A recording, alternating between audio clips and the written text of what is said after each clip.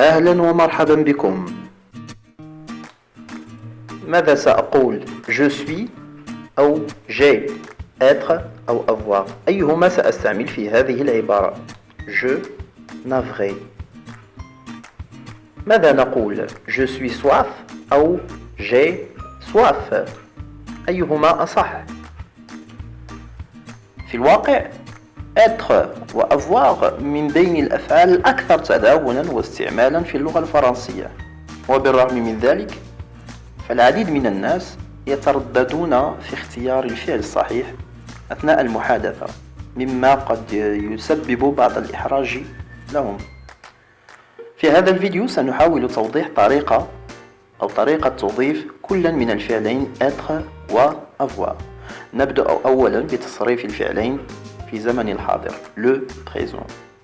بالنسبة لêtre فهو يتصرف على هذا النحو، نقول je suis، tu es، il est، elle est، il للمذكر elle للمؤنث. nous sommes، vous êtes وتنطق vous êtes، ils sont elles sont. ننتقل إلى الفعل الآخر avoir. j'ai قد استبدلنا e بعلامة apostrophe لأن بعدها a. tu as، il a، elle a. nous avons وتنطق nous avons، vous avez وتنطق vous avez. ils ont وننطق ils ont أو elles ont. ننتقل الآن إلى المثال الأول content أي سعيد. أريد أن أصف نفسي بكوني سعيد أو بأي صفة أو نعت آخر، مثلا intelligent ذكي أو fier فخور.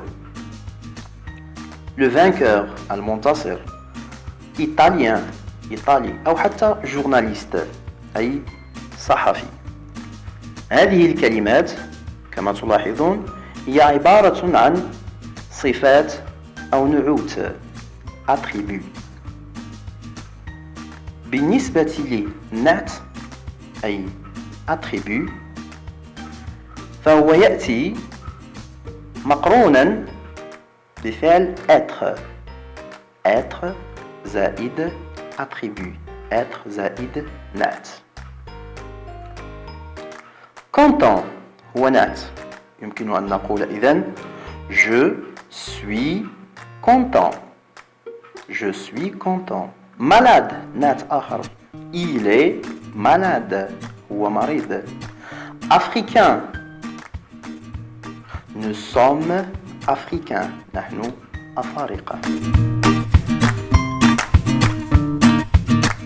القاعدة إذن هي أن فعل être يأتي متبوعا بصفة أو نعت. نقول مثلا je suis génial أنا عبقري، je suis superbe أنا رائع، je suis champion أنا بطل. من الوصف إلى التعبير عن الإحساس والمشاعر. وعادة ما نقول باللغة العربية مثلا أشعر بالخوف من الحشرات، أشعر بالخوف من الحشرات. الخوف هو اسم لشعور أو لإحساس مثله مثل باقي الأحاسيس، مثلا envie رغبة، plaisir سرور، faim جوع إحساس بالجوع، soif عطش الإحساس بالعطش، sommeil نعاس الإحساس بالنعاس، وكلها أحاسيس ومشاعر des sentiments. بالنسبة للمشاعر les sentiments فهي تأتي دائما مقترنة بفعل avoir. فنقول مثلا Je ai le regret. Je ai le regret. نستبدل E بعلامة apostrophe. J'ai le regret. أي وأشعر بالندم. Il a le cafard. Il a le cafard. هو يشعر بالكآبة. Vous avez envie de sortir. هل تشعرون برغبة في الخروج؟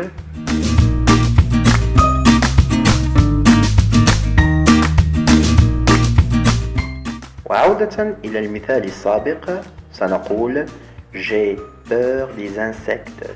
J'ai peur des insectes. J'ai soif. أحس بالعطش. J'ai soif. J'ai faim. أحس بالجوع. J'ai faim. J'ai sommeil. أحس بالنعاس. J'ai sommeil.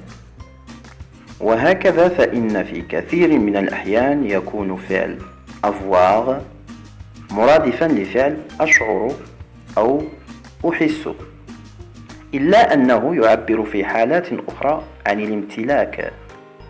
ولكي أقول مثلا أمتلك منزلا أو سيارة أو فستانا أو شهادة تخرج أو نقودا أو كتبا، فلا بد من استعمال وتوظيف فعل avoir. وهكذا نقول J'ai une voiture. J'ai une voiture. أمتلك سيارة. J'ai un diplôme. J'ai un diplôme. لدي شهادة تخرج أو عندي شهادة تخرج. J'ai une grande famille. J'ai une grande famille. عندي عائلة كبيرة أو لدي عائلة كبيرة. إليكم تلخيص ما سبق. être يأتي متبوعا بوصف أو نعت attribut.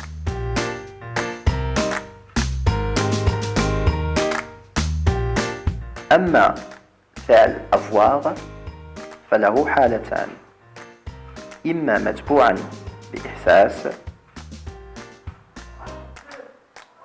أو يأتي في صيغة الامتلاك.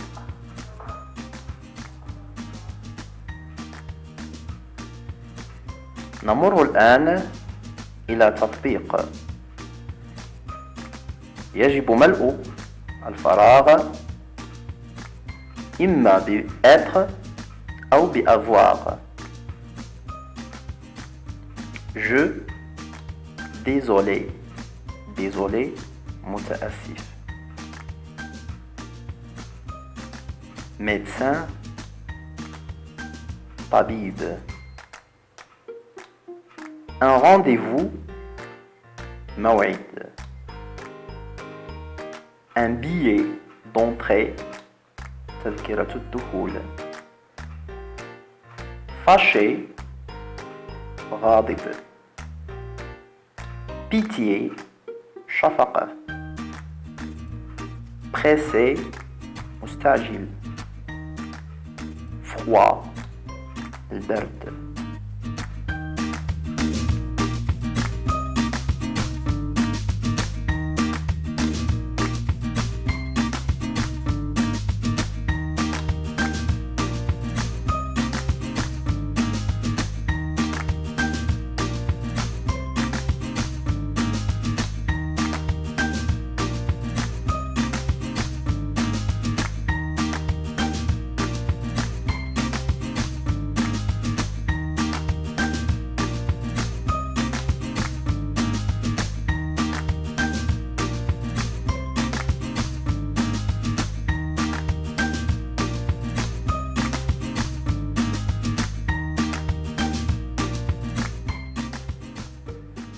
تصحيح تطبيق.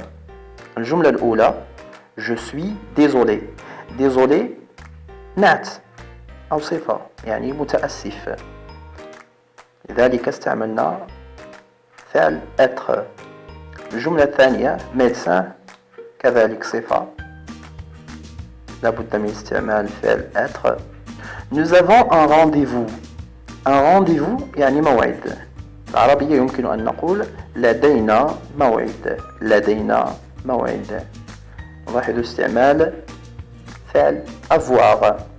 J'ai un billet d'entrée. J'ai un billet d'entrée يعني أمتلك تذكرة الدخول أو لدي تذكرة الدخول. Il est fâché. fâché غاضب صفة أو نعت مقترن إذن بفعل être. Tu as pitié. pitié شفقة وإحساس وشعور. إذن لابد من استعمال فعل avoir. Il est pressé. pressé مستعجل يعني صفة والصفة تأتي مقترنة بفعل être. Tu as froid يعني هل تشعر بالبرد. froid والإحساس بالبرد لذلك وظفنا فعل avoir.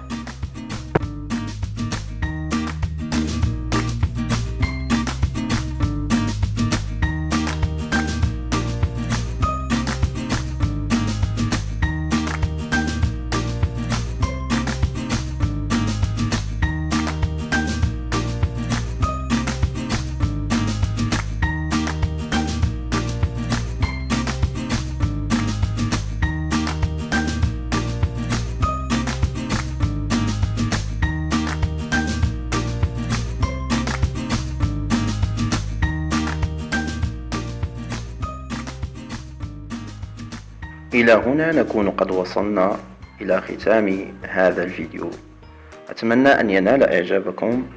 لا تنسوا الاشتراك والضغط على زر الإعجاب وتفعيل الجرس ليصلكم كل جديد. دمتم في أمان الله.